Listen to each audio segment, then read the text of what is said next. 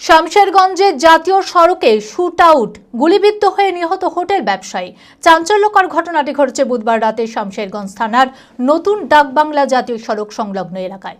নিহতের নাম রাহুল বিশ্বাস। জানা গেছে জাতীয় সড়কের পাশেই খাবারের হোটেল ছিল রাহুলের। হঠাৎই কয়েকজন দুষ্কৃতী হোটেলে ঢুকে পরপর 5 রাউন্ড গুলি করে। গুলিবিদ্ধ অবস্থায় পাশের একটি নার্সিংহোম ও পরে জঙ্গিপুর হাসপাতালে রেফার করা হলে সেখানেই মারা যায়। খবর পেয়ে ঘটনাস্থলে আসে বিশাল পুলিশ বাহিনী, যদিও এখনো পর্যন্ত পুলিশ কাউকে গ্রেপ্তার করতে পারেনি। মানসিক স্বাস্থ্যের জন্য সবার আগে যে নামটি মনে ভেসে ওঠে, সুস্থ মনের ঠিকানা মনোবীক্ষণ।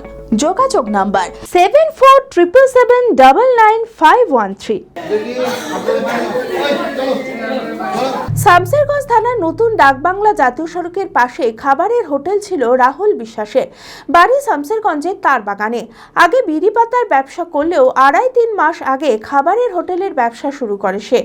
বুধবার রাতে হোটেলেই বসেছিল। হঠাৎই কয়েকজন দুষ্কৃতী এসে রাহুলকে লক্ষ্য করে পরপর 5 রাউন্ড গুলি চালায়। চিৎকার শুনে লোকজন ছুটে আসতেই চম্পট দেয় দুষ্কৃতীরা। মাথায় 3টি ও বুকে 2টি গুলি লাগে। গুলিবিদ্ধ অবস্থাতেই পাশেরই একটি নার্সিংহোমে নিয়ে যাওয়া হয়। পরে জঙ্গিপুর মহকুমা হাসপাতালে রেফার করা হলে রাস্তাতেই মারা যায়। আওয়াজ এলো একবার, তখন ঘর থেকে কিন্তু আমি বের হলাম। বেরিয়ে টেরিয়ে তখন বলছে ওখান থেকে রাহুলদা বলছে আমাকে যে মেরে দিলে এরকম বলছে, মেরে দিলে বলছে। তখন আমি আর একা বলছি যে তাড়াতাড়ি তুমি বেরিয়ে এসো, তোমরা এসো। দিয়ে ওখানে করে ওই দাদারা ছিল ওপরে, ওই দাদাটাকেও আমি হাঁক মারলাম যে দাদা তাড়াতাড়ি এসেন। যে আমি কিন্তু আর ভয়ে যেতে পারি না ওই সাইডে। আওয়াজ পেয়েছি, মেরে দিলে তখন গুলির আওয়াজ পেলাম আমি। আওয়াজটা গুলির মতন আওয়াজ, যখন মেরে দিলে বলছে, তখন আমি এখানে করে এসে গাল দিতে লাগলাম, ধর। কিন্তু লোক কিন্তু দেখতে হয়নি, আবছাটটা দেখলাম যে পালালো, এরকম আবছাটটা দেখলাম। তখনই ওই রাহুলদা অলরেডি নিচে বসে গেছিল।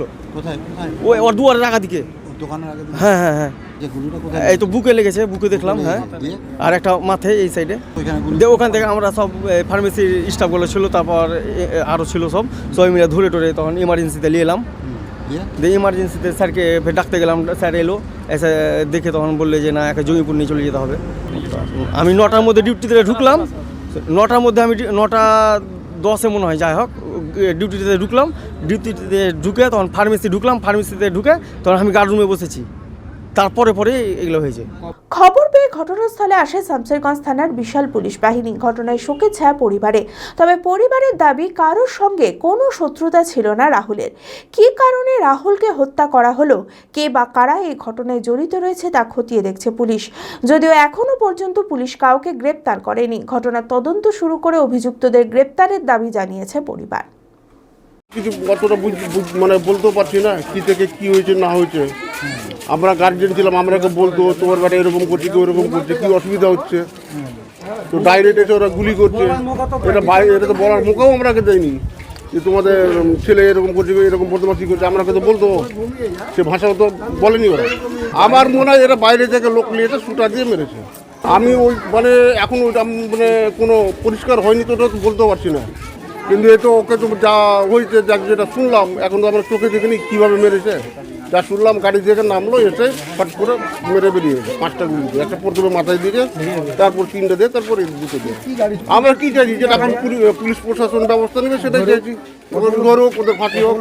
আত্মীয় স্বজন যেগুলো আছে বাড়িতে, বাবা তারা তো বাড়িতেই ছিল, তারা তো এই ব্যাপারে বলতে পারে না।